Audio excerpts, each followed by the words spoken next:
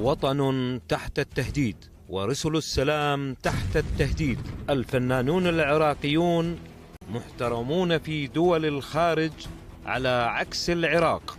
راحوا عندي والدتي وحده بالبيت، كتبوا على بيتنا مطلوب عشائريين وانطوها ورقه، قالوا خلي محمد يتصل عليه. الناس تعبت، كنا تعبنا. انا العراق بعد ما طبت. وانت عراقي، ولن نسمح لاحد ان يختزل العراق لان يعرف فلان وفلان. انتظرونا في حوار ساخن مع الفنان محمد السالم وهو يكشف عن أشخاص قاموا بتهديده وابتزازه. إذا ما تدفع اليوم ما تبقى بالعراق. يخابر صاحبي يقول له أنت شيع منه بيده، خلينا نشتغل ونطلع من الموضوع. نور الزين يريدون من عنده 23 مليون دولار، يلا نعوفك.